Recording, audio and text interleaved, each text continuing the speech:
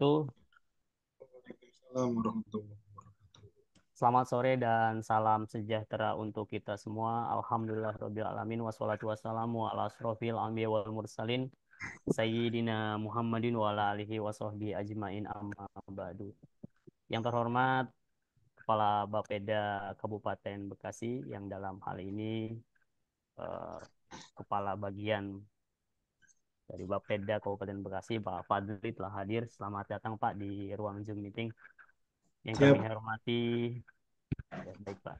Yang kami hormati Rektor Universitas Islam 45 Bekasi, yang dalam hal ini diwakilkan oleh Wakil Rektor 4 Bidang Kerjasama dan Publikasi, Bapak Dr. Haji Harun Ar-Rasyid, yang sedang berada di lokasi duka, sedang bertakziah. Kemudian yang kami hormati PLT Kepala LPPM Unisma Bekasi, Bapak Purnama Putra MSI, yang terhormat dosen pembimbing lapangan dan dosen reviewer pada kesempatan hari ini. Alhamdulillahirabbil alamin. Puji syukur kehadirat Allah Subhanahu wa taala Tuhan yang Maha Esa di sore hari ini kita berkumpul kembali dalam kegiatan akademik yakni fokus group discussion kuliah kerja nyata periode semester genap tahun akademik 2023-2024. Salawat serta salam kita curahkan ke hari bang junjungan Nabi besar Muhammad Shallallahu Alaihi Wasallam yang telah merubah umatnya dari zaman jahiliyah hingga zaman yang penuh dengan pengetahuan ini. Bapak Ibu yang kami hormati, mohon izin sempat di reschedule sejogjanya kita mulai jam 1, namun dengan kondisi yang tidak memungkinkan, berita duka cita dari teman sejawat kami di Unisma Bekasi, almarhum Bapak Sumarlin, tim DTSI yang turut membantu dalam kegiatan KKN juga, yang sering terlibat, meninggalkan kita semua. Mudah-mudahan almarhum eh, husnul khotimah. Amin ya robbal alamin. Amin.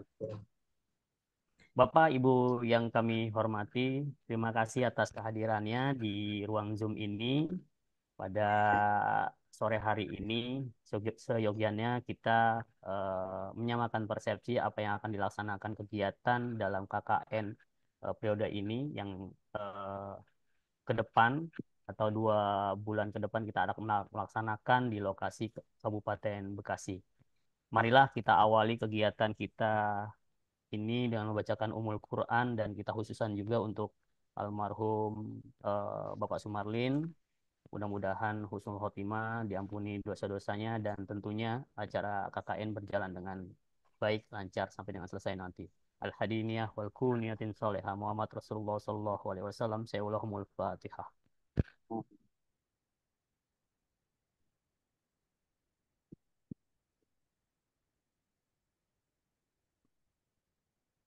Amin ya robbal alamin. Selanjutnya sambutan dan laporan awal kegiatan kuliah kerja nyata Unisma Bekasi tahun akademik 2023-2024 semester genap. Yang terhormat PLT Kepala LPPM Unisma Bekasi, Bapak Purnama Putra MSI, disilahkan.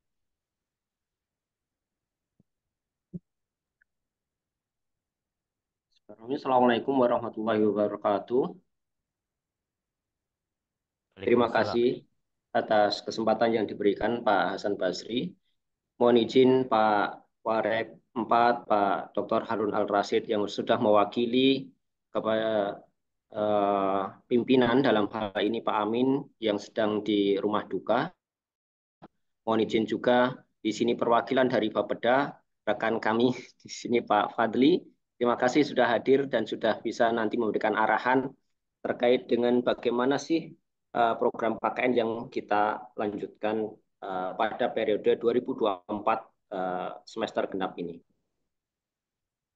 Bapak Ibu semuanya, rekan-rekan DPL, rekan-rekan reviewer, dan rekan-rekan panitia yang insya Allah diberikan rahmat oleh Allah Taala. Pada sore hari ini kita akan menyamakan persepsi terkait dengan KKN yang akan kita jalankan di semester genap. Alhamdulillah kita sampai saat ini dengan para pimpinan masih berkomitmen untuk Fadli ini, kita berarti total sudah ada berapa tahun, Pak? 6 tahun, 5 tahun sekitar kita kerjasama, begitu ya Pak ya, dengan Kabupaten Bekasi, dengan digawangi oleh Pak Harun Al-Rasyid sebelumnya, dan kemudian juga dengan para pimpinan, yaitu Wakil Rektor 1, 2, 3, dan tentu saja 4, dan juga Rektor, kita punya komitmen untuk selalu berpegang teguh pada akreditasi. Nah, Bapak Ibu yang terhormat, kalau kita lihat sebelumnya 2019 kita masih dalam kondisi binaan, klasterisasinya, kemudian 2021 kita sudah madya, dan Alhamdulillah 2024 ini capaian kita klasternya sudah pada 2023, capaian kita sudah pada klaster utama. Nah, konsekuensi yang harus kita lakukan adalah bagaimana kita dalam kondisi Unisma yang saat ini kita tetap mempertahankan, yaitu kegiatan-kegiatan yang memang sementara ini ada. Bagaimana kita memenuhi kinerja perguruan tinggi berdasarkan uh, akreditasi. Kemudian apa yang akan kita lakukan? Maka salah satunya bekerja sama dengan para stakeholder yang lainnya, yaitu dengan dari pemerintah, baik itu dari Bapeda, baik itu dari kecamatan, sampai kita ke arah pemerintahan desa. Kita akan membuat kegiatan-kegiatan yang tujuannya adalah untuk mencapai indikator kinerja utama.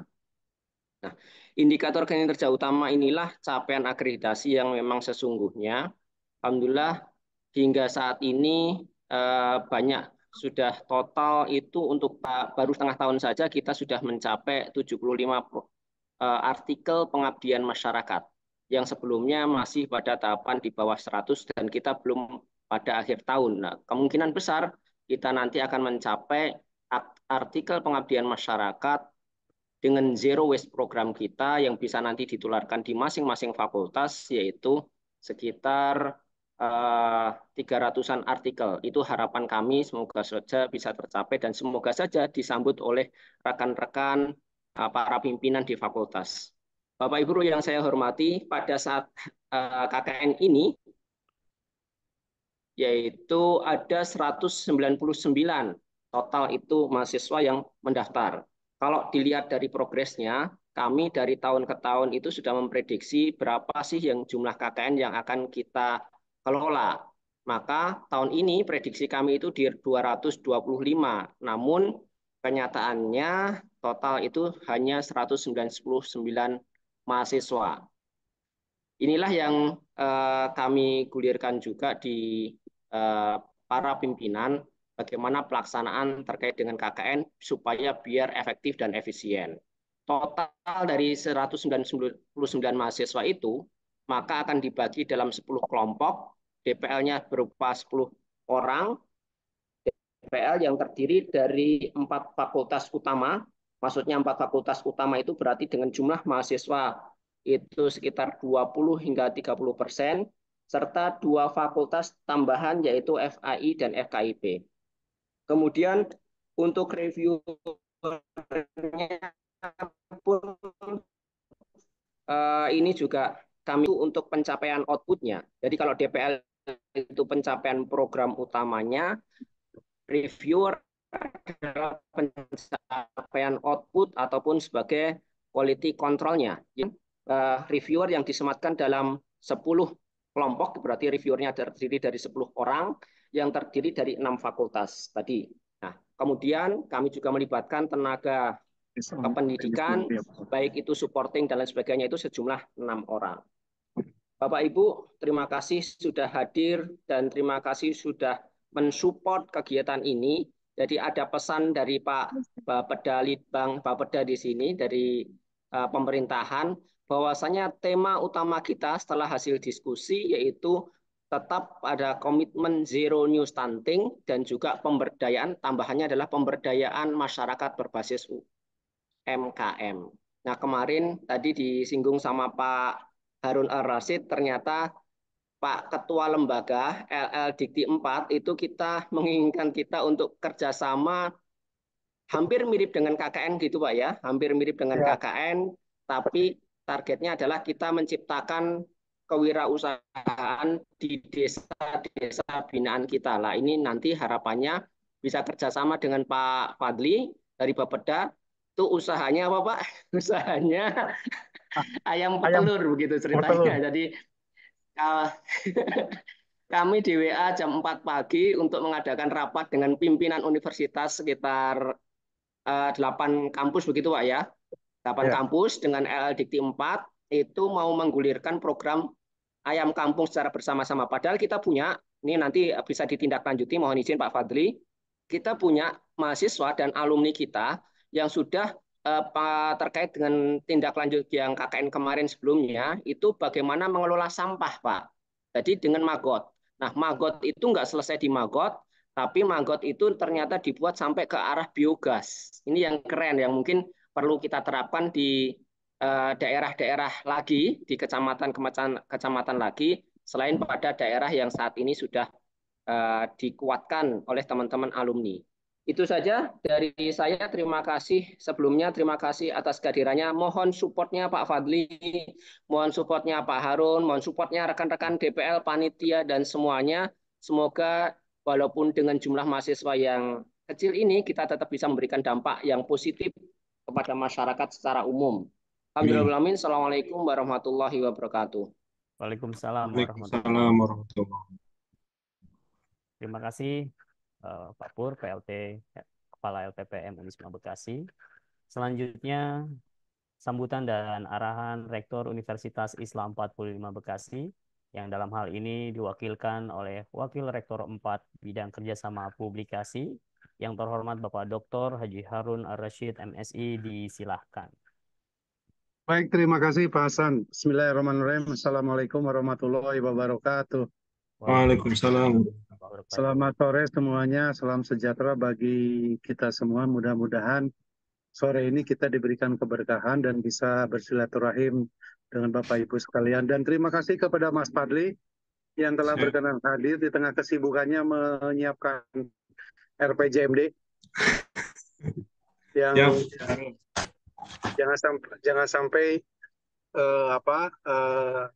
telat tidur Mas, karena saya rapat-rapat jam 1 malam masih rapat juga terkait itu dan masih menyempatkan untuk hadir dalam pembekalan KKN kita hari ini, dalam pembukaan KKN hari ini. Baik, terima kasih Mas Fadli, dan ini sebuah kehormatan saya kira bagi kita semua karena kerjasama dengan Pemda Kabupaten Bekasi tahun kita evaluasi dan bahwa kegiatan KKN ini memberikan manfaat bagi masyarakat Kabupaten Bekasi. Mudah-mudahan KKN kali ini pun juga demikian. Walaupun tadi disampaikan oleh Pak Pur itu selain kita sudah sepakat dengan Pemda bahwa kegiatan KKN ini diorientasikan pada pengentasan zero stunting. Jadi fokusnya adalah bagaimana kemudian masalah stunting ini menjadi fokus utama dalam pelaksanaan KKN ini, karena program nasional kita kan 2045 menyongsong generasi emas. Nah, kebetulan Pemda Bekasi memang memiliki komitmen yang kuat untuk itu, dan tentu saja kita berharap bahwa Unisma menjadi bagian penting dalam pengurangan angka stunting di Kabupaten Bekasi.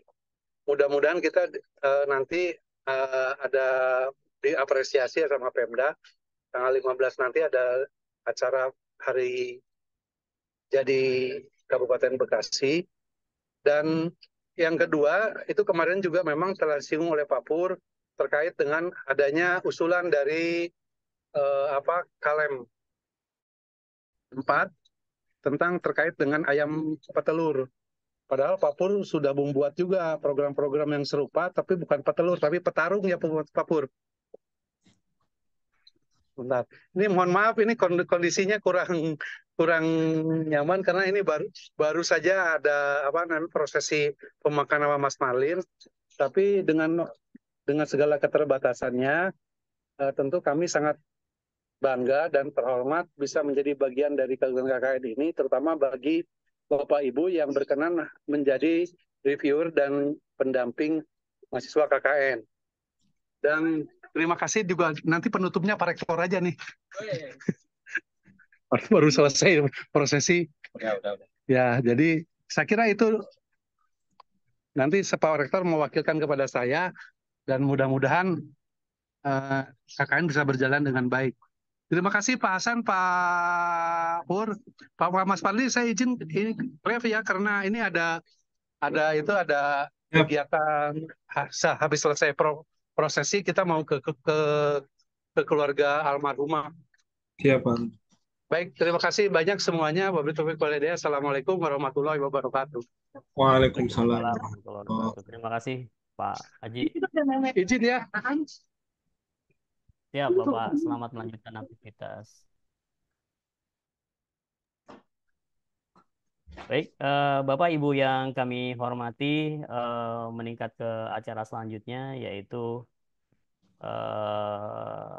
arahan atau materi kekhususan tentang tema atau topik KKN di periode semester genap tahun akademik 2023-2024 yang langsung nanti akan disampaikan oleh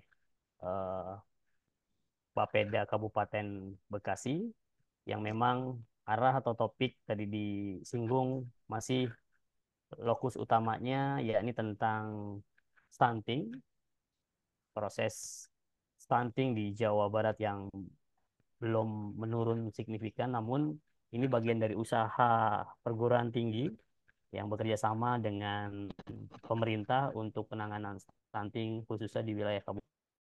Kemudian yang kedua adalah bagaimana pemberantasan atau mengurangi tingkat kemiskinan ekstrim di lingkungan Kabupaten Bekasi melalui pemberdayaan masyarakat berbasis UMKM yang memang tema ini kita kuatkan berdasarkan program studi yang mengikuti atau mahasiswa yang mengikuti pendaftaran di KKN semester ini cukup banyak dari Fakultas Ekonomi, kemudian Fakultas Psikologi, Pertanian,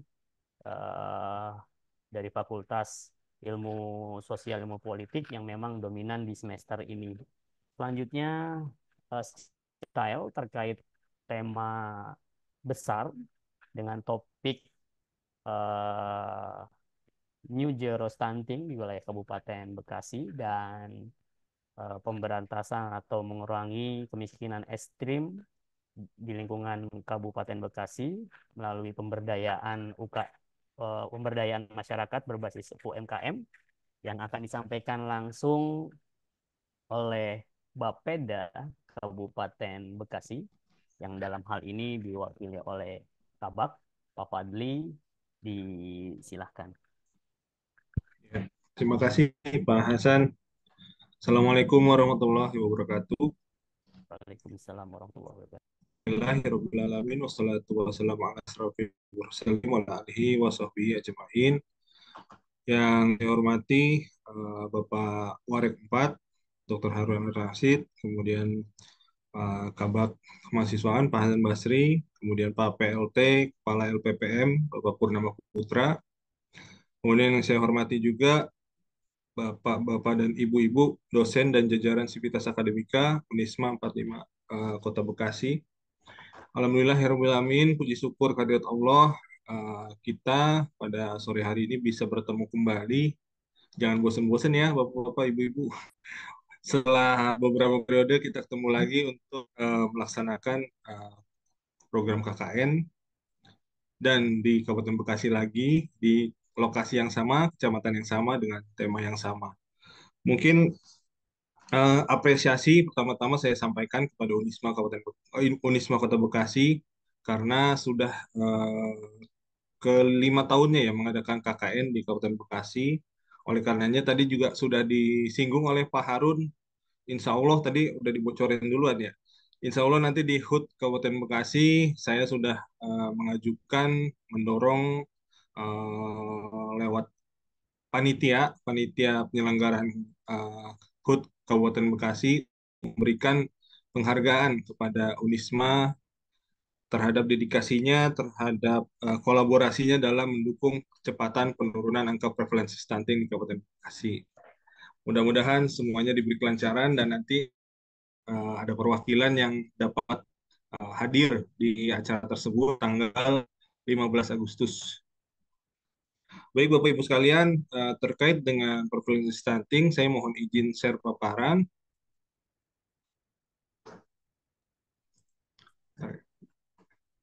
Bisa terlihat ya Pak?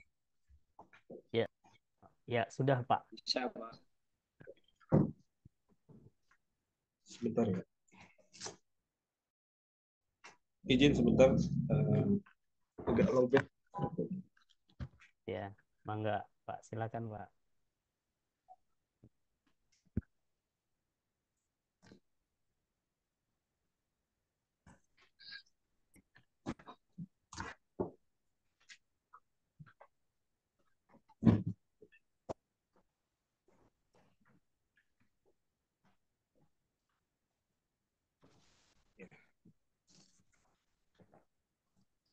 Tema kolaborasi pendanaan sinergi menuju Jabar Zero Stunting dan penghapusan kemiskinan ekstrim melalui pemberdayaan ekonomi masyarakat berbasis UMKM di Kabupaten Bekasi. Ini paket lengkap ya yang ditawarkan oleh Unisma kali ini. Memang kita ketahui bersama bahwa stunting masih menjadi prioritas nasional dari Bapak Presiden Jokowi.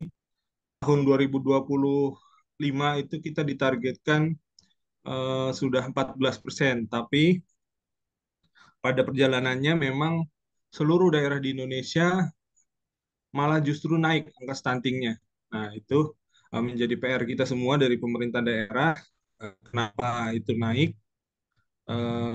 Ada yang mengatakan bahwa itu perbedaan metode perhitungan yang tadinya menggunakan metode SSGI, sekarang menjadi SKI, Survei Kesehatan Indonesia, di mana beberapa variabel yang menjadi penelitian di dalamnya tidak hanya mengukur anak-anak yang dikasih stunting, tapi juga kemampuan keluarga di seluruh pelosok daerah itu termasuk variabel-variabel kemiskinan. Oleh karenanya kita mendorong Unisma Bekasi sekaligus ikut berperan serta dalam mendorong penghapusan kemiskinan ekstrim di Kabupaten Bekasi. Tadi sudah saya sampaikan bahwa stunting berkaitan erat dengan tantangan kita menuju Indonesia Emas 2045, di mana tahun 2045 itu diharapkan seluruh generasi Indonesia memiliki kualitas yang luar biasa, berdaya saing utamanya, dan bebas dari stunting. Nah, untuk berdaya saing tersebut, salah satu faktor utamanya harus bebas dari stunting. Kenapa harus bebas dari stunting? Jadi stunting tidak hanya berdampak pada tumbuh kembang anak, tidak hanya berdampak pada kesehatan anak, tapi juga berdampak pada daya pikir dan daya saing dari si anak tersebut di kemudian hari. Maka dari itu selalu digembor-gemborkan untuk Indonesia Emas, kita harus menghapus yang namanya stunting di Indonesia. Nah, selain stunting, tantangan untuk menuju Indonesia Emas ada kualitas sumber daya manusia, ketersediaan infrastruktur, kualitas kelembagaan, dan kebijakan pemerintah. Nah, ini yang menjadi visi Indonesia Emas di 2045, pembangunan SDM dan penguasaan ilmu pengetahuan teknologi. Ini membekali sekali anak-anak kita di tahun 2045 harus memiliki daya saing yang tinggi dalam penguasaan ilmu pengetahuan dan teknologi khususnya. Kemudian pembangunan ekonomi berkelanjutan, kemudian pemerataan pembangunan dan ketahanan nasional, dan tata kelola pemerintahan. Nah, dalam mewujudkan Indonesia Emas 2045, Kabupaten Bekasi dan seluruh daerah di Indonesia saat ini sedang menyusun RPJPD, jadi rencana perencanaan jangka panjang daerah, yaitu 20 tahunan 2025 sampai 2045. Nah, ini dokumen perencanaan ini disusun secara serentak oleh seluruh kabupaten kota di Indonesia untuk mendukung adanya keselarasan visi misi nasional. Jadi setelah adanya pemilihan presiden kemarin, menyusun visi misi RPJMN, nanti akan diturunkan harus sinkron dengan daerah dan bersinergi dengan RPJPD kabupaten kota di seluruh Indonesia. Oleh karenanya, mengacu pada visi dari pusat, kita mengambil untuk visi maju, harmonis, dan berkelanjutan. Maju dan harmonis ini adalah wajib turunan dari pemerintah pusat. Kami mengambil visi berkelanjutan yang memiliki makna bahwa pembangunan di Kabupaten Bekasi memperhatikan aspek keberlanjutan. Pembangunan dilakukan dengan mempertahankan kualitas hidup penduduk saat ini dan masa akan datang secara berkelanjutan. Pembangunan dilaksanakan dengan menerapkan prinsip kesejahteraan ekonomi, keberlanjutan kehidupan sosial masyarakat, lingkungan hidup, dan tata kelola secara berkesinambungan dari satu generasi ke generasi. Harmonis dan maju ini merupakan turunan dari pusat. Maju mencerminkan kalau diturunkan di Kabupaten Bekasi, mencerminkan harapan untuk menjadi daerah yang unggul dari berbagai aspek, antara lain sumber daya manusia, pengelolaan sumber daya alam, infrastruktur, dan teknologi. Harmonis memiliki makna kehidupan bangsa dan negara yang bertumpu pada nilai-nilai budi pekerti, kerukunan, dan harmonisasi antara masyarakat yang dapat hidup berdampingan secara damai, selaras, dan serasi. Kemudian dari visi tersebut diturunkan misi untuk Kabupaten Bekasi 2025-2045. Yang pertama, mewujudkan sumber daya manusia yang berakhlak, unggul, dan bersaing, mewujudkan ekonomi yang tangguh dan mewujudkan tata kelola pemerintahan yang dinamis, inovatif, dan akuntabel. Kemudian dari amanat RPJPN dan RPJPD tentang supremasi hukum dan ketahanan sosial diturunkan di Kabupaten Bekasi menjadi mewujudkan ketertiban umum dan ketertiban masyarakat menuju stabilitas ekonomi yang tangguh, mewujudkan masyarakat yang berketahanan sosial, berbudaya, dan berwawasan lingkungan. Kemudian untuk visi yang kelima, mewujudkan infrastruktur wilayah yang berkualitas, merata, dan berkeadilan, mengembangkan sarana prasarana pelayanan dasar yang berkualitas dan ramah lingkungan, dan terakhir mewujudkan pembangunan yang berkesinambungan. Ini gambaran umum tentang Kabupaten Bekasi. Total penduduk kita ada 3.157.962 jiwa. Kemudian Kabupaten Bekasi terdiri dari 23 kecamatan, 179 desa, dan 8 kelurahan. Nah, ini untuk gambaran stunting. Untuk gambaran stunting, jumlah ibu hamil yang terdata di Kabupaten Bekasi sebanyak 15.452. Kemudian total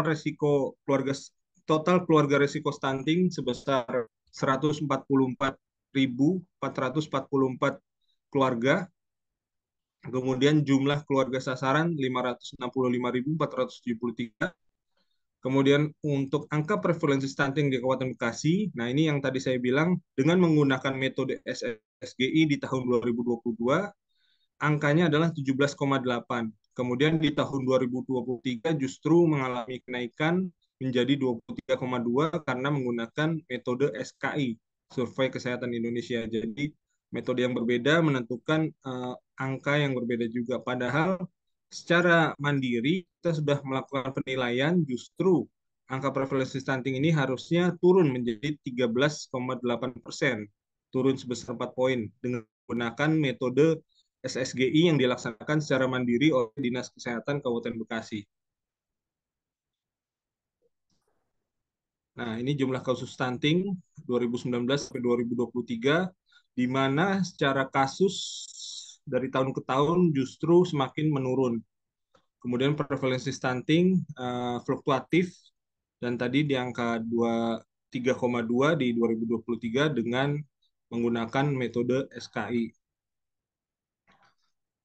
Nah, dari metode SKI tersebut keluar analisa, Bapak Ibu, keluar analisa di mana ada 4 dari 11 yang di dalam intervensi spesifik yang dilaksanakan oleh Dinas Kesehatan yang tidak mencapai target. Nah, ini mungkin penyebab kenaikan dari angka prevalensi stunting tadi.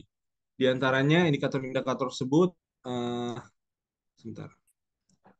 Nah, ini pemberian makanan tambahan ibu hamil, kondisi energi kronik atau BUMIL KEK, kemudian ASI eksklusif, ini belum berjalan sesuai dengan target, masih banyak ibu-ibu di luar sana yang tidak memberikan ASI eksklusif kepada balitanya. Kemudian pemberian makanan tambahan bagi anak gizi kurang ini juga masih belum mencapai target. Kemudian imunisasi dasar lengkap bagi balita juga belum mencapai target. Nah, ini mungkin yang saya tawarkan kepada Bapak Ibu sekalian untuk diturunkan menjadi alternatif program bantuan KKN dalam percepatan pencapaian target penurunan stunting. Dari misalkan pemberian makanan tambahan ibu hamil nanti di desa Bojongmangu dan Cibarusah bisa didata ibu hamil dengan kondisi energi kronik berapa orang, nanti diberikan suplemen dan makanan-makanan tambahan yang memiliki kandungan gizi yang tinggi. Kemudian untuk pemberian aksi eksklusif mungkin ini bisa diberikan melalui cara sosialisasi, edukasi dari teman-teman mahasiswa kepada ibu-ibu menyusui yang ada di desa-desa tersebut. Kemudian pemberian makanan tambahan bagi anak gizi kurang bisa melalui kontribusi teman-teman mahasiswa memberikan makanan-makanan yang dianggap memiliki gizi tinggi, tidak harus mahal, yang penting gizinya tinggi seperti yang sudah dilakukan sebelumnya, yaitu dengan memberikan olahan makanan berbasis daun kelor, di mana daun kelor itu menurut jurnal penelitian memiliki gizi cukup tinggi dalam memperbaiki gizi kronik. Kemudian imunisasi dasar lengkap bagi balita yang masih banyak tidak dipatuhi oleh banyakan ibu di desa-desa di Kabupaten Bekasi, mungkin bisa disosialisasikan agar ibu-ibu di Kabupaten Bekasi memiliki pemahaman tentang pentingnya imunisasi dasar lengkap supaya balitanya sehat, balitanya bisa tumbuh kembangnya lancar dan memiliki daya saing di kemudian hari. Nah, ini sekilas saja terkait dengan upaya-upaya intervensi spesifik yang sudah dilaksanakan oleh Pemda. Melalui Dinas Kesehatan, kita sudah melaksanakan pelaksanaan screening kesehatan anak sekolah dan pemberian tablet tambah darah. Ini gunanya untuk mendeteksi anak-anak remaja putri yang menderita anemia. Jadi kalau kita telah lebih dalam lagi tentang stunting, indikator utama pertamanya yang bisa dicegah adalah remaja putri dengan anemia. Remaja putri dengan anemia itu akan menghasilkan anak dengan indikasi stunting di kemudian hari jika tidak terobati dengan baik. Makanya dari Dinas Kesehatan secara masif sering melaksanakan screening kesehatan anak sekolah dan pemberian tablet tambah darah untuk menghindari anemia tersebut. Kemudian pengadaan alkes, alat penunjang medik screening anemia, kemudian pengelolaan kesehatan balita, kesehatan gizi masyarakat, ibu hamil, kesehatan lingkungan, dan surveillance kesehatan. Nah, ini apabila sedang berjalan di desa yang menjadi lokus stunting, menjadi lokus KKN nanti, bisa dikerjasamakan dengan dinas terkait untuk teman-teman mahasiswa membantu teman-teman dari tenaga kesehatan dalam memberikan intervensi untuk keluarga beresiko stunting. Kemudian dari DPPKB, Dinas Pemilihan Penduduk dan Keluarga Berencana, laksanakan orientasi tim pendamping keluarga, orientasi yang bersifat banyakkan sosialisasi dan promosi terkait dengan edukasi-edukasi kesehatan, terkait ibu hamil, terkait balita, kemudian calon pengantin, dan lain sebagainya untuk pencegahan stunting. Lanjut, untuk dinas sosial banyak telah memberikan fasilitas bansos kepada kesejahteraan ekonomi keluarga. Kemudian dinas ketahanan pangan memberikan gerakan berbagi pangan, gerakan konsumsi protein sayur, kemudian sosialisasi gerakan konsumsi pangan non beras, non terigu. Kemudian kami di Bapeda juga melaksanakan beberapa kegiatan terkait percepatan penurunan stunting melalui pemantauan evaluasi, kemudian rapat-rapat koordinasi penyusunan rencana aksi percepatan penurunan stunting, dan kemudian untuk rapat persiapan verifikasi validasi penilaian kabupaten kota sehat atau Bekasi ODF 100%. Dinas Perikanan melaksanakan kegiatan peningkatan ketersediaan ikan untuk konsumsi dan usaha pengolahan dalam satu daerah kabupaten kota, kemudian ada gemar makan ikan juga. Dinas Pendidikan memberikan peningkatan kompetensi pola asuh, pencegahan stunting bagi tenaga pendidikan PAUD, kemudian pengelolaan pendidikan anak usia PAUD dan sosialisasi advokasi kebijakan bidang pendidikan. Dinas Pertanian memberikan pemanfaatan SDG hewan dan tanaman, pengawasan peredaran bahan pakan, kemudian menyediakan juga tadi bibit tanaman kelor untuk program Cinta Kelor. Kemudian Dinas Perkimtan dengan pembangunan rutilahunya, pembangunan spaldes, WC yang aman, kemudian WC komunal, kemudian rutilahu juga untuk memberantas berkembangnya pemukiman kumuh yang ada di Kabupaten Bekasi. Kemudian selain itu dari CSR kami juga mendapatkan bantuan seperti susu dan telur untuk anak stunting, kemudian kunjungan sosial ke panti asuhan, kemudian ada 8.500 paket nutrisi makanan untuk anak dengan stunting dan 100 paket untuk susu dan starter pack melahirkan. Kemudian ini yang tahun lalu atau periode tahun lalu ya, Unisma Bekasi dengan program pengabdian kepada masyarakat mendukung Kabupaten Bekasi zero no stunting dan bebas ODF 100%. Nah, untuk pengukuran dan publikasi stunting, balita yang masuk kategori stunting tahun 2023 tercatat sebanyak 2.997 balita. Kemudian total stunting, jadi di Kabupaten Bekasi ada 2.997. Nah, ini di Kecamatan Bojongmangu yang menjadi lokus stunting, sebenarnya stunting sudah cukup rendah di Kecamatan Bojongmangu, hanya 6 anak. Nah, dengan 6 anak ini sebenarnya dengan bantuan yang diberikan oleh program KKN Unisma diharapkan bisa menzirokan Bojongmangu. Jadi ketika nanti menzirokan, jadi kita bisa mendapatkan rekor baru, pemecahan rekor zero stunting di Kecamatan Bojongmangu dengan bantuan teman-teman dari Unisma. Kemudian di Cibarusah masih cukup banyak, masih ada terdapat 367 anak.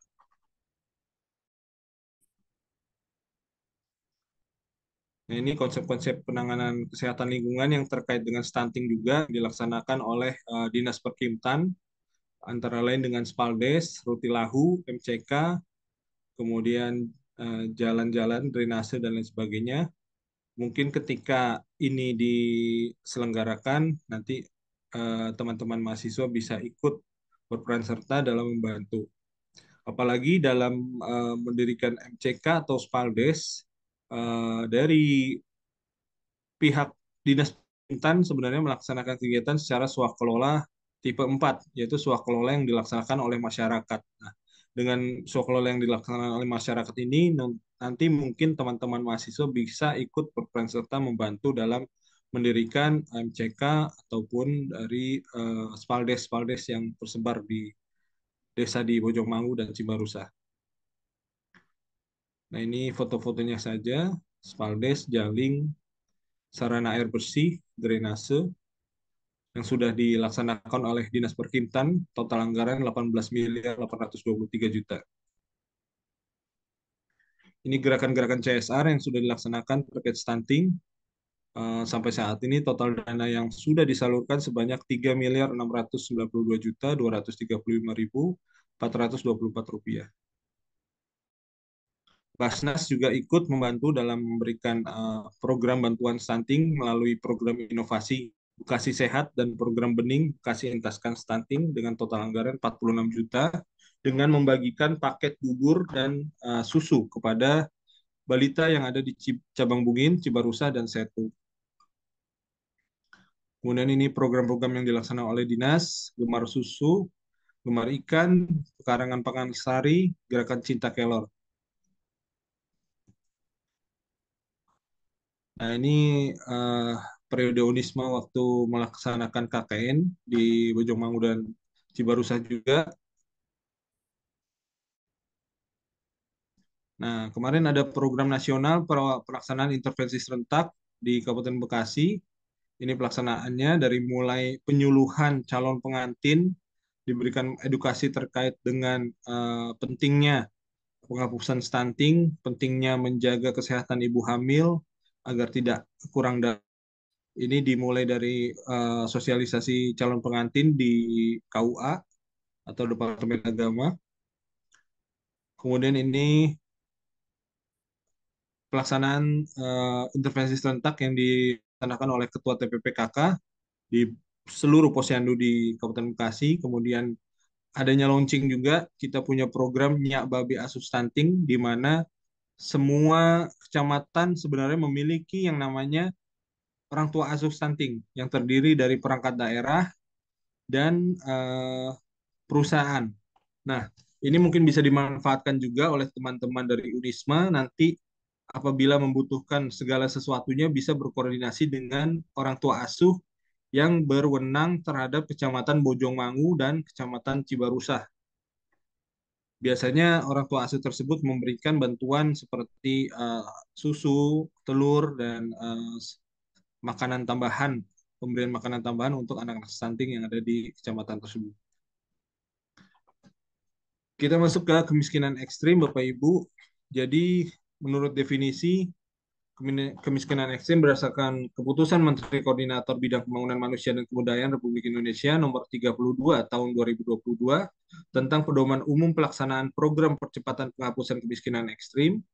Kemiskinan ekstrim adalah kondisi ketidakmampuan dalam memenuhi kebutuhan dasar, yaitu kebutuhan makanan, air minum bersih, sanitasi layak, kesehatan, tempat tinggal, pendidikan, dan akses informasi yang tidak hanya terbatas pada pendapatan, tapi juga akses pada pelayanan sosial.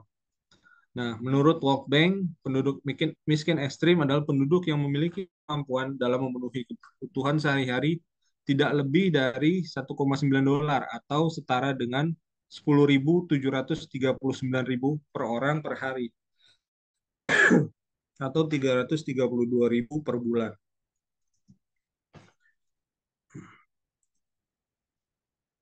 Nah,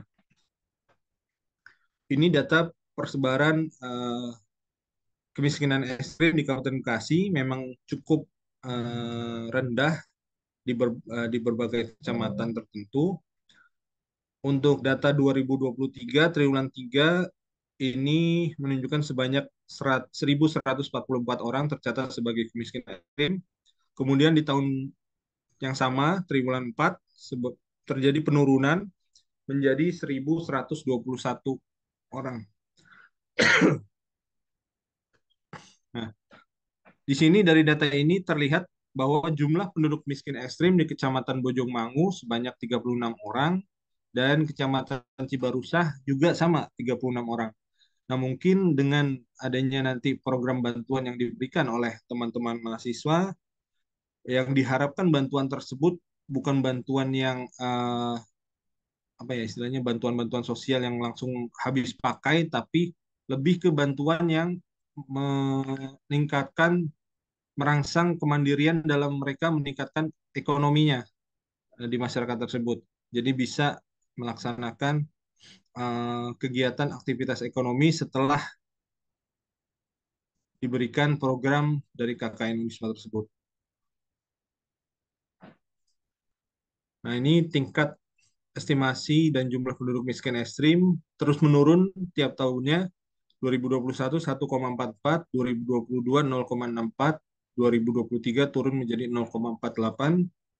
Dan dari semuanya, dari seluruh tahun ini, Kabupaten Bekasi selalu berada di bawah prevalensi angka kemiskinan ekstrim di Provinsi Jawa Barat.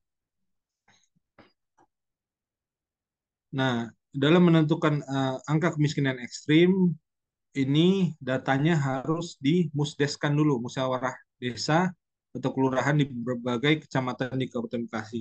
Jadi harus di-SK-kan karena data-data miskin ekstrim ini adalah data orang by name by address yang nantinya bisa menerima bantuan dari berbagai pihak, baik dari pemerintah daerah maupun pemerintah pusat. Jadi harus dilegalkan dengan melalui SK dan dimusrenbangkan tingkat desa. Jadi yang tadi 36 itu benar-benar penduduk miskin ekstrim yang sah dan tercatat melalui musrenbang desa di berbagai macam kecamatan. Nah, upaya-upaya yang dilakukan oleh pemerintah daerah dalam mengatasi kemiskinan ekstrim antara lain pertama dengan mengurangi beban pengeluaran masyarakat.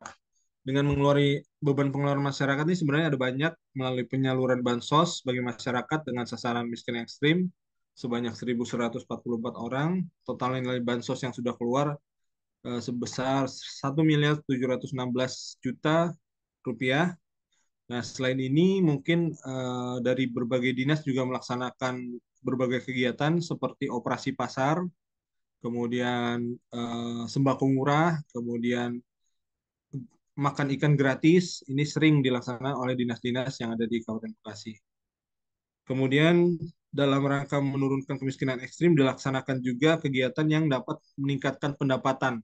Nah, ini tadi saya bilang, pemberian bantuan bagi masyarakat miskin bersumber dari Banku Provinsi Jawa Barat dengan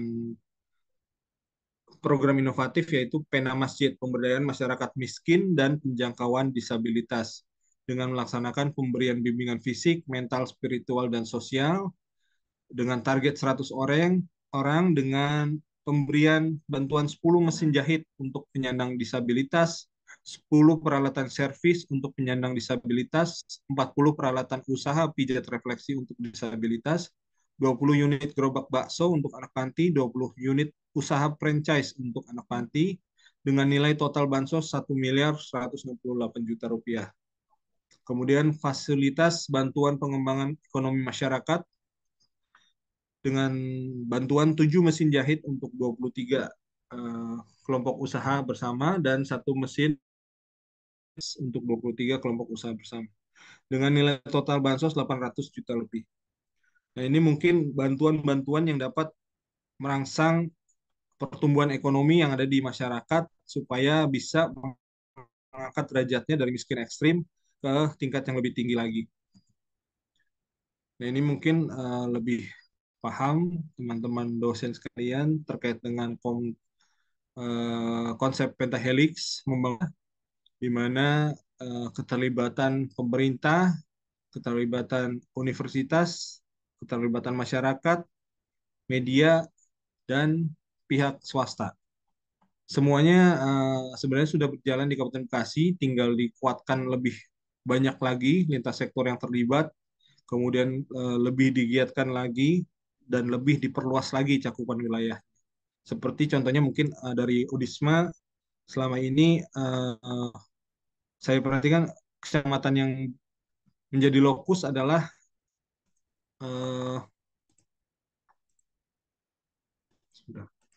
Bojongmangu dan Cibarusah terus. Nah, sebenarnya Bojongmangu dan Cibarusah sudah berapa tahun ini turun justru angka prevalensi stuntingnya. Nah, ini mungkin berkat dari bantuan dari teman-teman Unisma, kita bisa mencapai pencapaian sekarang. ODF juga kita sudah mendeklarasikan 100%, alhamdulillah, dan tahun ini akan mendapatkan verifikasi validasi lapangan apakah klaim 100% tersebut sudah benar-benar 100% atau ada pengurangan, nanti akan dinilai oleh uh, pihak penilai dari provinsi dan pusat. Mungkin itu Bapak Ibu sekalian, terima kasih atas perhatiannya. Sekali lagi saya menyampaikan apresiasi sebesar-besarnya kepada Universitas Islam 45 Kota Bekasi atas kolaborasinya lagi tahun ini, dedikasinya dalam rangka memberikan yang terbaik kontribusinya bagi Kabupaten Bekasi. Terima kasih, mungkin saya kembalikan ke Pak Hasan. Billahi taufiq wal hidayah. Assalamualaikum warahmatullahi wabarakatuh. Waalaikumsalam warahmatullahi wabarakatuh. Terima kasih Pak yang telah menyampaikan paparan presentasi topik dari tema besar yang akan dilaksanakan oleh para mahasiswa, tentu melalui dukungan atau input masukan dari Bapak Ibu DPL dan reviewer.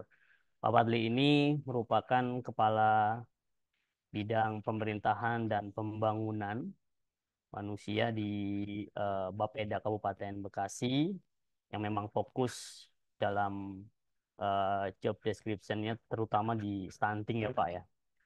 Baik, Bapak Ibu yang kami hormati, terkait diskusi yang perlu disajikan dalam materi pertama, disilakan Bapak Ibu DPL tertelah hadir ada Pak Ainur, Pak Nafi, Pak Azi, kemudian Bu Elvira, Pak Fadli, Pak Bu Isti, Pak Irham, Bu Luki, Pak Jinana, kemudian Bu Nimi, Bu Novita Dian, Bu Lela, Pak Tatang, Bu Rafika, Bu Ria, kemudian Bu Rima, Pak Setio, Bu Vita, Bu Yuha, dan Bu Yunike Berry selaku DPL dan reviewer.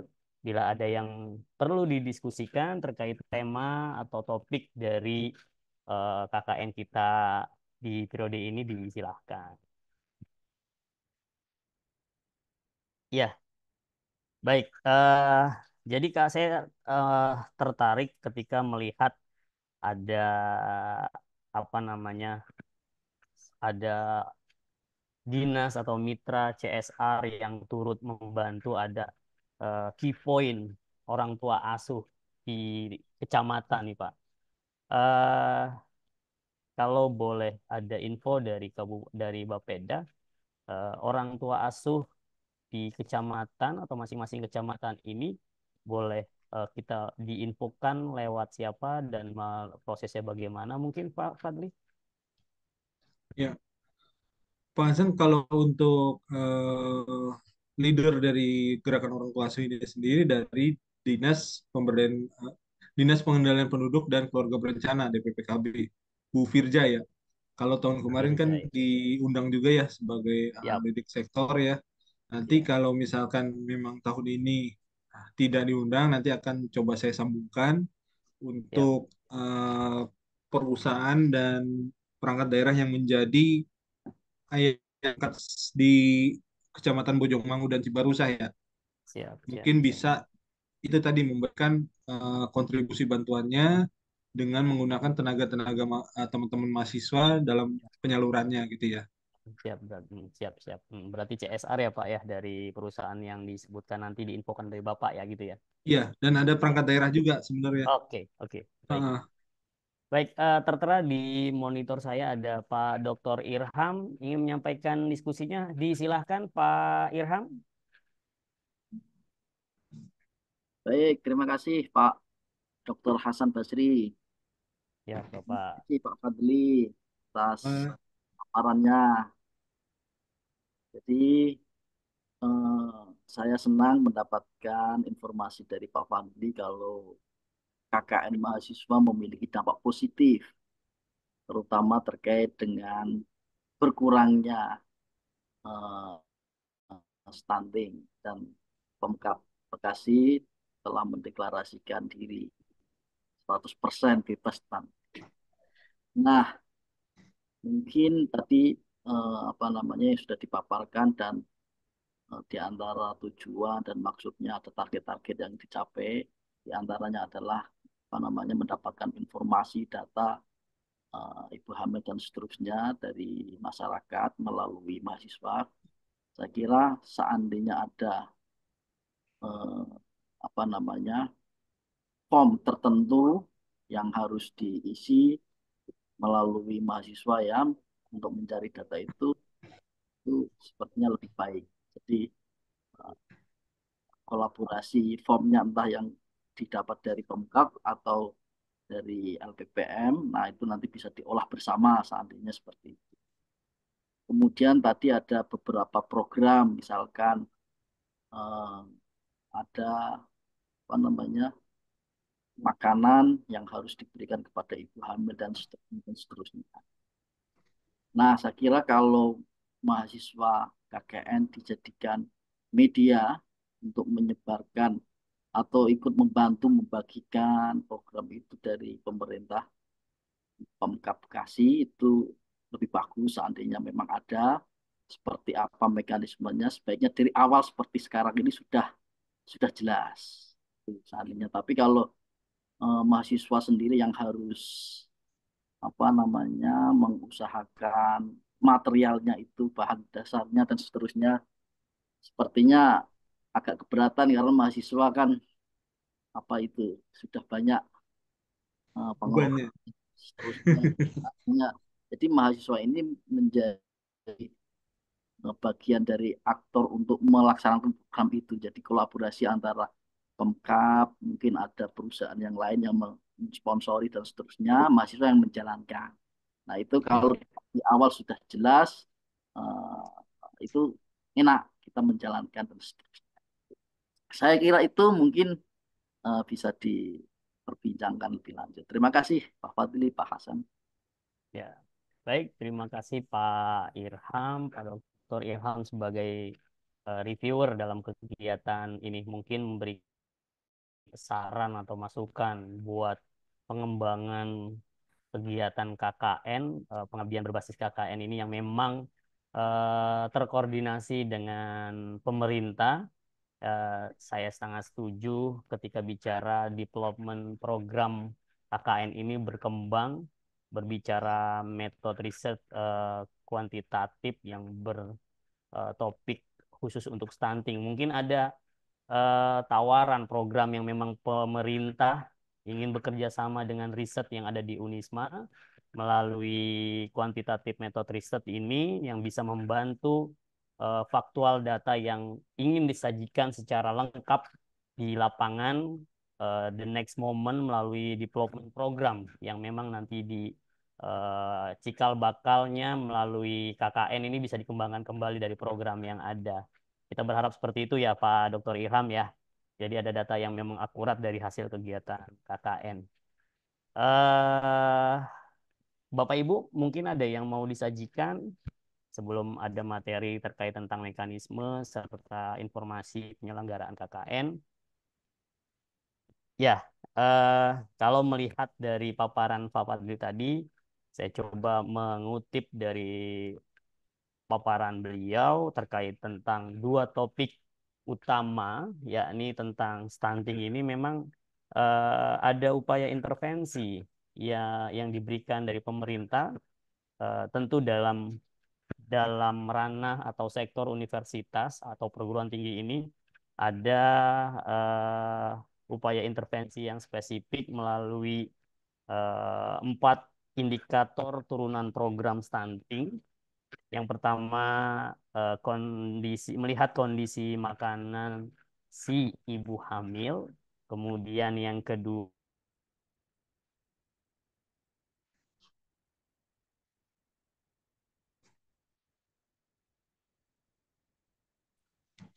disajikan. Dan ini juga berkaitan dengan kualitas hidup atau human quality. Dan yang berikutnya adalah makanan si anak. Dan yang keempat adalah imunisasi dasar lengkap untuk balita.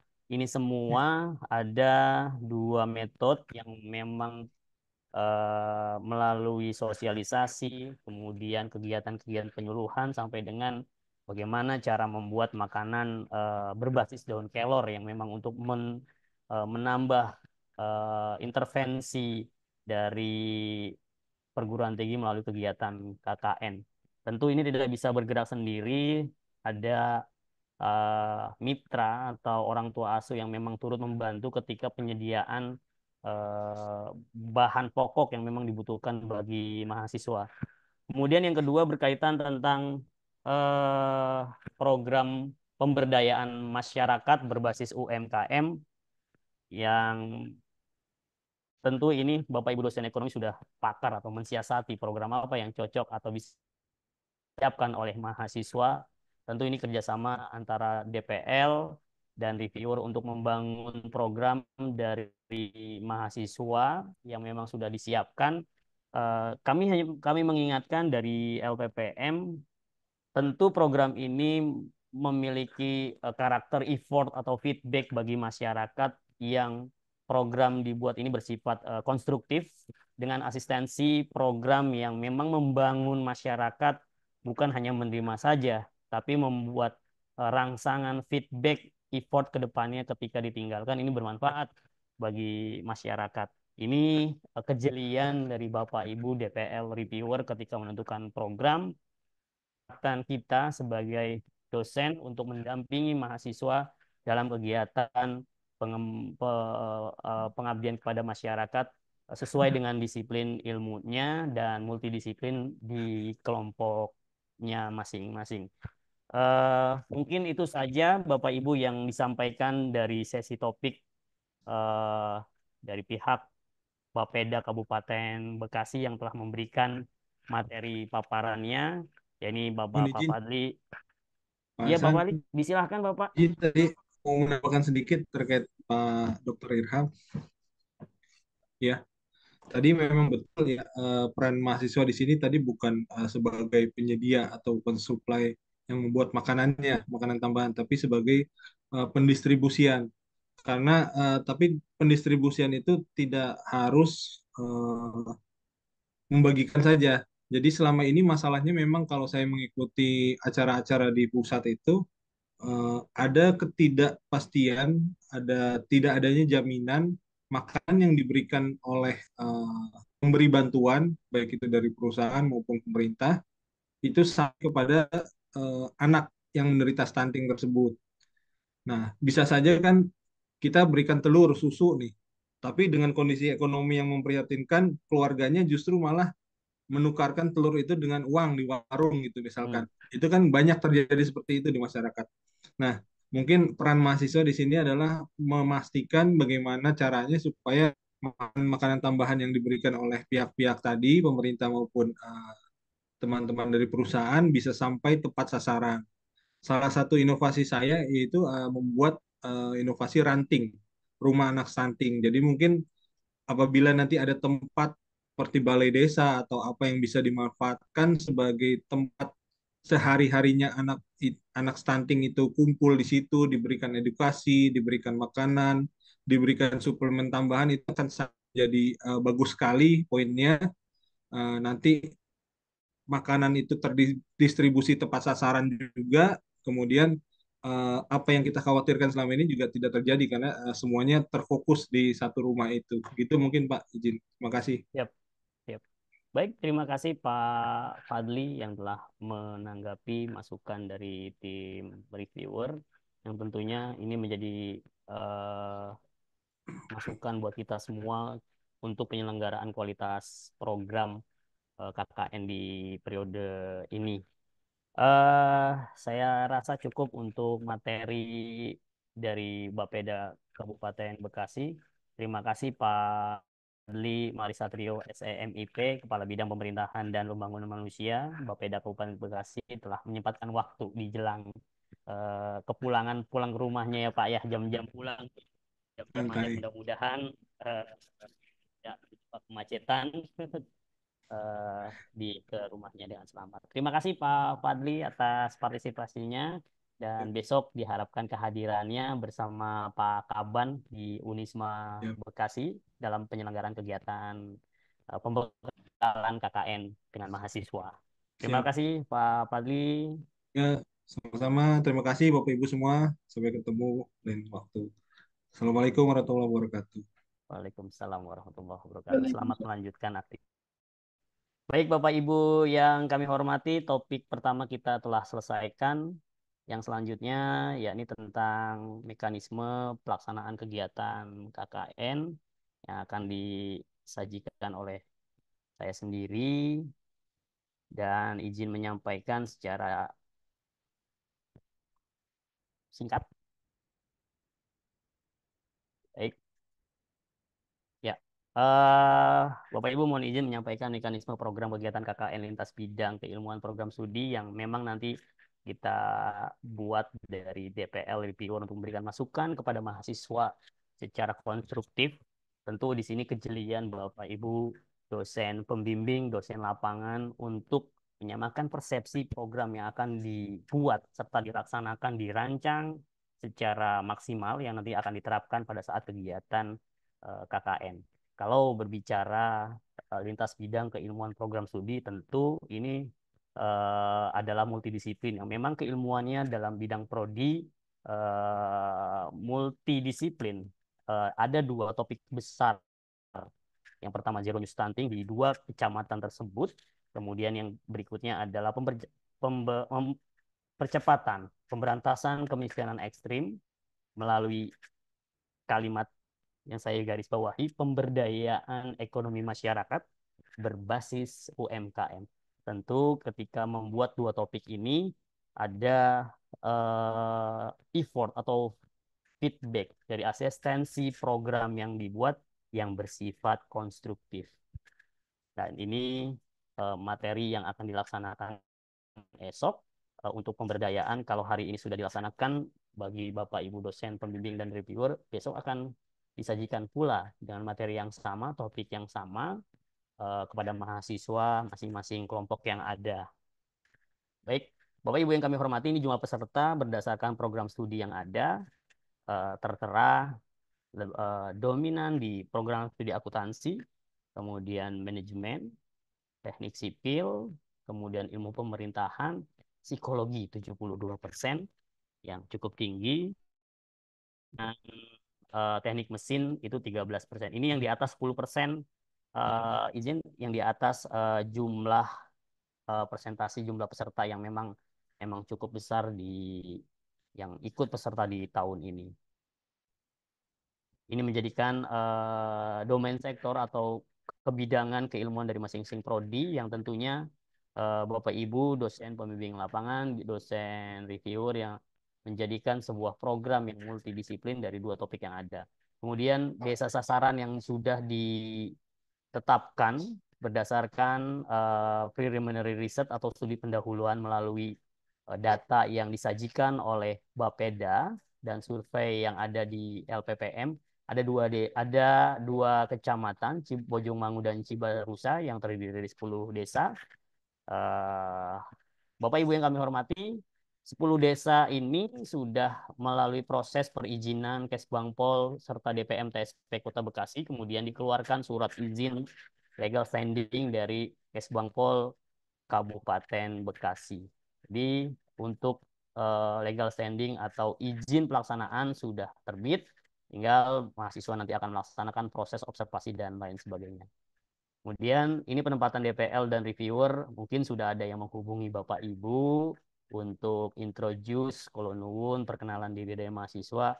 Belum kita share informasi untuk berkonsultasi dengan Ibu sebelum pelaksanaan pembekalan. Tapi kalau yang sudah, berarti sudah memang mahasiswanya sudah aktif. Ini sudah cukup baik bagi mahasiswa kelompoknya.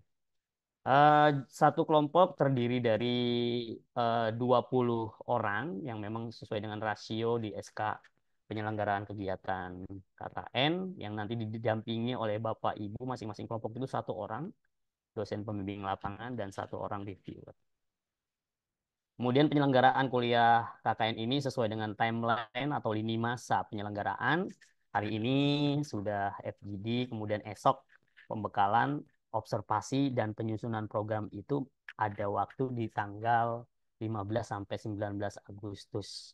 Nah, tanggal 17 Agustus itu kita mahasiswa belum boleh diperkenalkan menginap atau bermalam atau masih di dalam kondisi di dalam lingkungan KKN karena masih proses hari kemerdekaan di lingkungannya di 2 kecamatan ini. Jadi dia diharapkan mahasiswa itu sudah berada di lokasi KKN tanggal 19 Agustus, yakni di hari Senin. Nah, ketika sudah 19 Agustus, sebelum tanggal 19 Agustus, mulai esok hari tanggal 13 sampai tanggal 17, mahasiswa boleh melirik situasi di lapangan, melihat kondisi sasaran tempat yang akan ditinggalkan, survei kecil ya sampai dengan Kulonwun di desa. Itu diperkenankan. Tapi kalau untuk berada di lokasi tanggal 19 Agustus. Kemudian tanggal 21 Agustus, hari Rabu itu sudah mulai penyempakatan program yang akan disajikan melalui seminar proposal program di hari Rabu tanggal 21. Nah, ketika di tanggal 21 itu sudah mulai mengunci program yang akan dilaksanakan. Kemudian setelah tanggal 21 berarti sudah pelaksanaan program dilakukan. Kemudian di minggu pertama bulan September ini, tanggal 4 September ini akan ada pemantapan penulisan. Ini berbasis publikasi yang nanti melalui metode coaching klinik akan dilaksanakan secara daring. Nah, selanjutnya gebiar pelaksanaan KKN ini tentatif sesuai dengan masukan dari pemerintah berdasarkan operasional yang diberikan masukan dari para pimpinan rektorat untuk acara gebiar pelaksanaan kegiatan KKN. Selanjutnya penarikan mahasiswa di lokasi KKN ini terakhir di tanggal 14 September. 14 September di hari Sabtu Karena kami punya deadline dari DAPA untuk penginputan nilai dari PD-Dikti itu terakhir di tanggal 23-24. Deadline untuk penginputan nilai KKN di DAPA atau penginputan nilai PD-Dikti. Kemudian seminar hasilnya di tanggal 17 September. Ini timeline lini masa yang sudah nanti akan di-share semua materi kepada Bapak Ibu di dalam grup yang ada. Komunikasi disajikan lewat grup DPL dan reviewer serta mahasiswa secara interaktif untuk mendukung proses kegiatan KKN. Secara umum alur kegiatan telah kita laksanakan pernah menjadikan experience pengalaman Bapak Ibu yang tentunya sudah berpengalaman di lapangan, mulai dari bagaimana observasi awal perizinan dengan desa.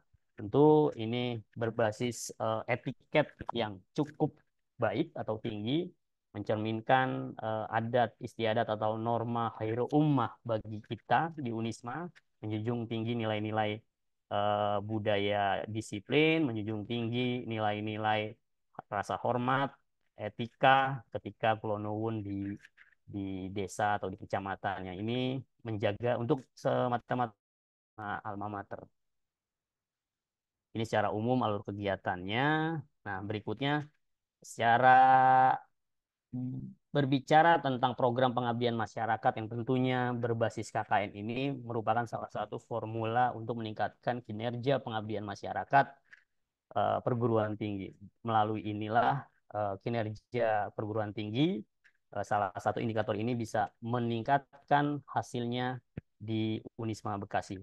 Ada 4 kelompok yang dibagi secara rinci dari program kegiatan KKN. Yang pertama program kelompok. Program dalam satu kelompok, kelompok membuat program kelompoknya itu ada 2 topik. Yang pertama tentang stunting, yang kedua tentang pemberdayaan masyarakat berbasis UMKM. Ini program wajib yang harus dibuat oleh kelompoknya yang terdiri dari satu kelompok 20 orang. Cukup 2 program ini yang nanti akan dibuat untuk program kelompok.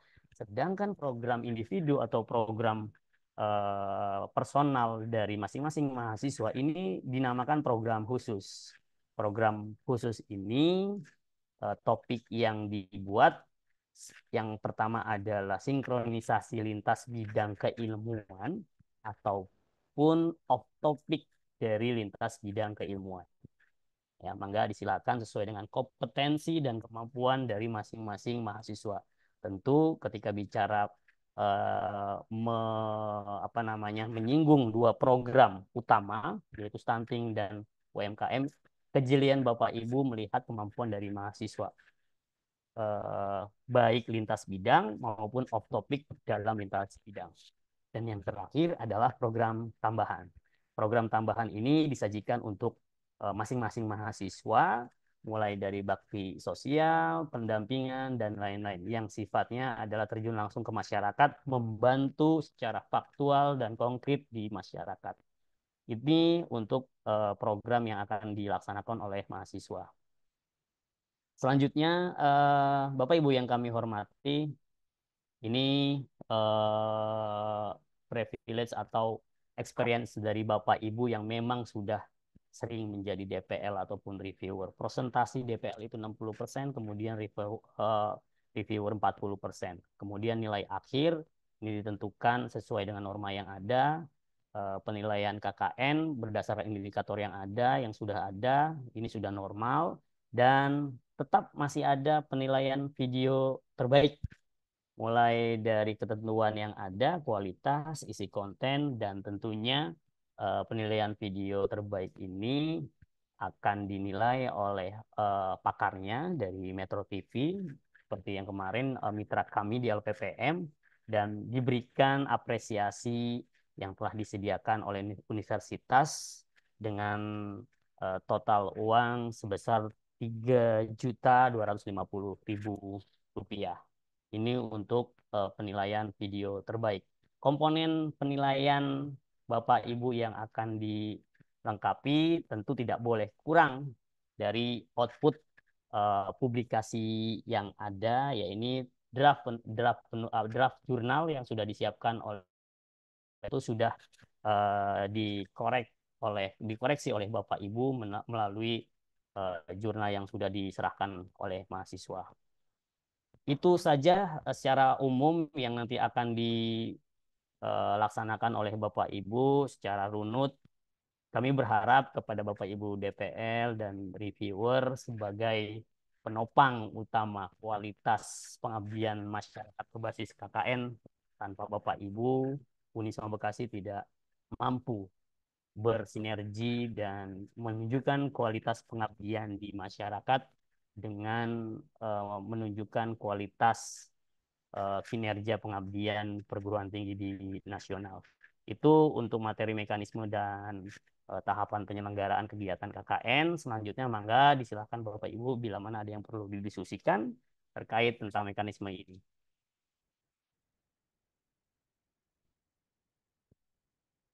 Ya, baik. Bapak Ibu, topik ini atau fokus group discussion ini telah kita record. Nanti kita akan upload di YouTube LPPM. Bila mana Bapak Ibu yang tertinggal dari materi ini bisa mengulas kembali dari YouTube LPPM yang ada. Baik Bapak Ibu, bila tidak ada yang perlu didiskusikan dari materi ini, maka langsung ke materi selanjutnya terkait tentang publikasi pelaksanaan kegiatan KKN. Langsung saya stop screen. Baik. Ya. Baik, Bapak Ibu, untuk topik selanjutnya terkait mekanisme penulisan jurnal atau publikasi kegiatan pengabdian masyarakat berbasis KKN akan disampaikan oleh pakar publikasi, pakar penelitian, Kepala Bagian Penelitian LPPM Unisma Bekasi yang dalam hal ini menjabat sebagai PLT Kepala LPPM Unisma Bekasi. Yang terhormat Bapak CDR Purnama Putra MSI, disilahkan. CBR apaan tuh? Astagfirullah. Ya nggak apa-apa lah. Masih 12 tahun belum lulus. Insya Allah lulus lah. Siap. Baru 12 tahun ya Bu ya, Bapak Ibu semuanya. Mohon izin Bapak Ibu, rekan-rekan semuanya, alhamdulillahirrahmanirrahim, kita lanjutkan hari ini kita hanya sekilas nanti terkait dengan program. Izinkan saya untuk share screen terlebih dahulu. Jadi ada sederhana saja, tidak ada yang tidak ada perubahan yang secara urgent di mana programnya hanya ada program kelompok. Tadi sudah disebutkan ada 2 jenis, yaitu terkait dengan zero new stunting dan juga terkait dengan pemberdayaan UMKM. Nah, Bapak Ibu, rekan-rekan reviewer DPL semuanya, jadi titik tekan saya hanya paling membutuhkan waktu sekitar 10 menit untuk mempresentasikan ini. Jadi titik tekan kita sampai saat ini masih pada output. Output kita yang paling utama itu ada 2, yaitu output berbentuk draft jurnal pengabdian masyarakat kolaborasi dengan mahasiswa, dosen dengan mahasiswa, dan yang kedua adalah terkait dengan video. Tadi sudah disampaikan sama Pak Hasan terkait dengan exposure-nya seperti apa. Nah, kemudian biasanya yang menjadi masalah adalah bagaimana sih kita mensinergikan antara program kelompok yang ada di masing-masing daerah yang sudah direkomendasikan oleh pemerintah daerah tadi, yaitu terkait dengan zero new stunting, kemudian pemberdayaan UMKM dengan kegiatan-kegiatan yang akan dibawa oleh anak-anak kita atau sebagai peserta KKN-nya. Maka yang teman-teman nanti bisa lihat bagaimana sih membuat sebuah gambar besarnya. Jadi kita tidak perlu membatasi. Dalam hal ini adalah programnya harus sangat-sangat, dalam tanda petik, sangat-sangat rigid kita terkait dengan program khusus itu ya dengan keilmuan masing-masing saja misalnya. Tapi bisa sebenarnya dicantolkan atau hub-nya itu salah satunya di eh, di kesepakatan awal yaitu program umumnya. Jadi nanti akan ada di sana. Nah, kemudian bisa jadi karena keluasan lapangan kita waktu dalam hal ini adalah 7 oke, hampir sebulan nanti di sana, maka 28 hari nanti di sana rekan-rekan mahasiswa akan melakukan program tambahan yang memang program yang sifatnya vary saja.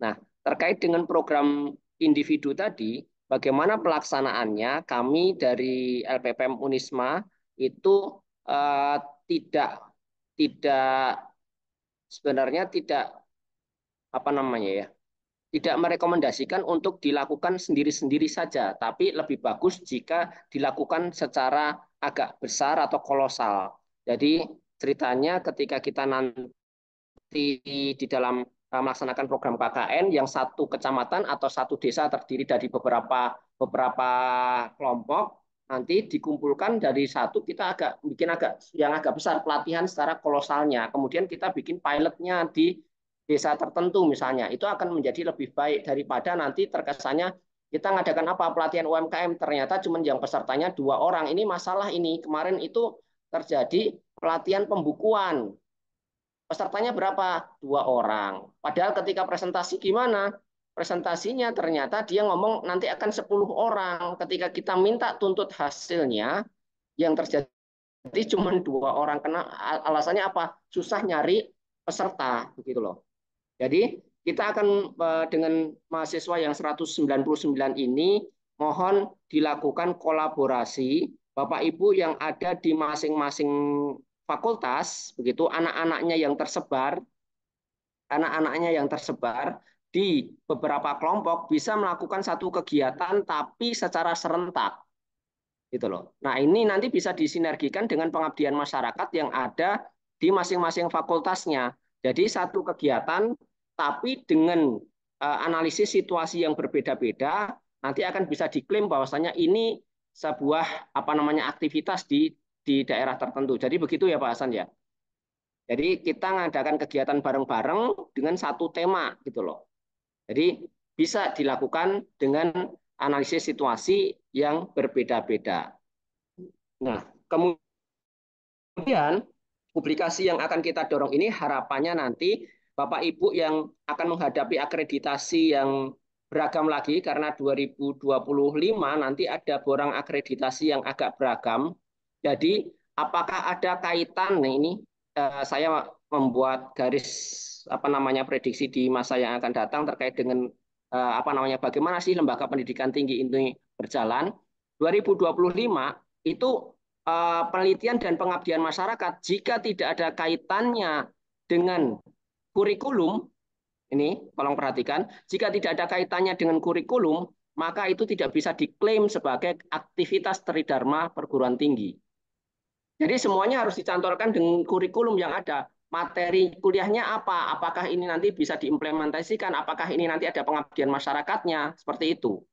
Jadi harapan kami dari LPPM, mulai tahun 2024, tolong dicantolkan dikit-dikit ke kurikulumnya. Ada nggak aktivitas ini? Kalau pembukuan, teman-teman akuntansi bisa manajerial terkait dengan apa namanya manajemen pemasaran seperti apa. Nanti kan harus ada di sananya. Maka dari itu harus dikuatkan teori-teori yang menguatkan pelaksanaan program tersebut. Nah, kelemahan dari program-program yang dilaksanakan itu biasanya landasan teorinya lemah-lemah di latar belakang itu. Nah, Bapak Ibu, mohon izin rekan-rekan semuanya baik DPL maupun reviewer. Jadi kenapa kok sampai saat ini masih PPM masih berkomitmen? Kenapa sih harus ada reviewer? Itu loh. Ini yang akan kami kuatkan bahwasanya reviewer akan memantau dan juga memberikan arahan kalau kan semuanya mahasiswa masing-masing itu berbeda. Jadi kita memberikan standar minimalnya seperti ini. Gitu loh. Harapan kami nanti gaung besarnya disambut di masing-masing fakultas dengan membuat jurnal pengabdian masyarakat bagi mahasiswa. Jadi punya sendiri-sendiri nanti fakultas itu.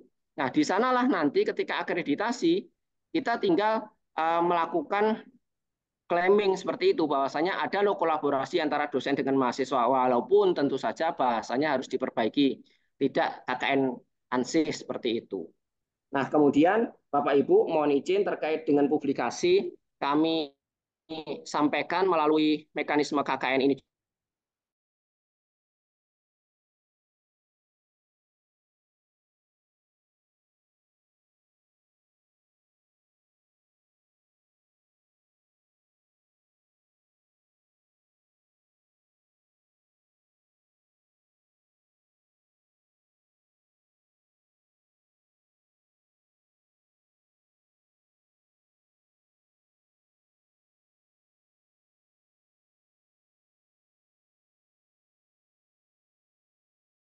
nanti juga akan mengisi namanya dokumen kerjasama untuk sebagai implementasi dari kerjasama dengan pihak Kabupaten Bekasi. Jadi ada nanti dokumen yang harus diisi dan ditandatangani oleh Bapak Kepala Desa, terutama setelah hal ini nanti setelah seminar proposal dan juga seminar hasil untuk pelaksanaannya. Seperti itu, paling Pak Hasan waktu 9 menit pas ini, tinggal 1 menit lagi. Jika ada yang terkait dengan program yang tidak ditanyakan, sekali lagi nanti materi tidak jauh beda dari yang kemarin, cuma analisis situasinya akan menjadi berbeda dengan tadi yang disampaikan oleh Pak Fadli. Begitu, terima kasih. Alhamdulillah. Assalamualaikum warahmatullahi wabarakatuh. Waalaikumsalam warahmatullahi wabarakatuh. Terima kasih Pak C. Dr. Purnama Putra MSI yang telah menyampaikan materinya. Disilakan bila mana Bapak Ibu dosen pembimbing dan dosen reviewer menyampaikan hal-hal yang perlu didiskusikan, mangga disilahkan. Ya, karena mengingat waktu sudah tepat kalau di kantor di LPPM sini sudah pukul 17.12 sesuai dengan aturan, sudah jam pulang.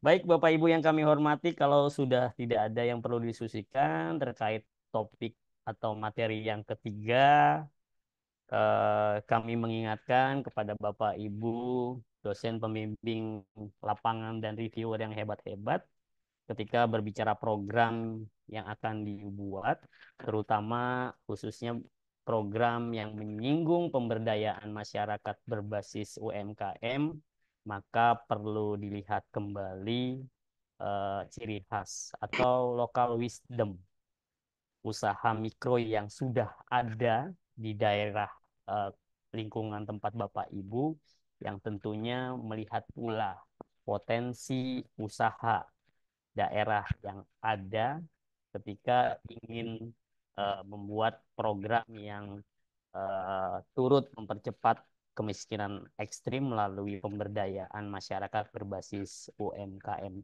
Itu yang perlu kita ingat sama-sama, ciri khas atau local wisdom serta potensi daerah yang ada di lokasi sasaran Bapak Ibu semua.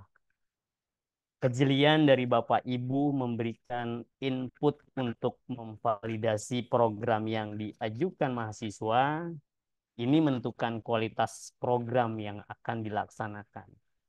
Maka dari itu, proses yang dilakukan Bapak Ibu, yang tentunya akan dilaksanakan nanti, ini turut mendukung institusi kita, terutama studi maupun universitas yang akan melaksanakan akreditasi dalam menjaga sustainable penilaian kinerja Abdimas berbasis publikasi pada saat akreditasi. Semoga kita selalu diberikan kesehatan oleh Allah Subhanahu wa taala. Bapak Ibu semuanya pelaksana kegiatan KKN, DPL, reviewer, panitia diberikan kesehatan, keselamatan, dan kelancaran pada saat kegiatan KKN nanti sampai dengan selesai nanti. Baik, demikian rangkaian kegiatan Fokus Group Discussion Kuliah Kerja Nyata KKN periode semester genap tahun akademik 2023-2024 lah kita laksanakan. Terima kasih atas kehadirannya sampai dengan sesi akhir ini. Pak Ainur, Pak Anafi, Pak Aji, Bu Elvira, Pak Fahran, Bu Haji Isti, Pak Irham, Bu Luki, Pak Jinana, Bu Nini, Bu Novita Dian, Bu Nurlela, kemudian Pak Tatang, Bu Rafika, Bu Ria, Bu Rima Prasetyo, Bu Yuha, dan Bu Yuni Keberi. Terima kasih atas kehadirannya sampai dengan selesai. Mudah-mudahan Bapak Ibu sehat selalu dan mohon izin atas bantuan Bapak Ibu, kejelian Bapak Ibu untuk mendampingi mahasiswa sampai dengan selesai nanti. Insya Allah kami akan mendampingi pula Bapak Ibu semua. Akhirul kalam, mohon maaf atas kekurangan yang ada.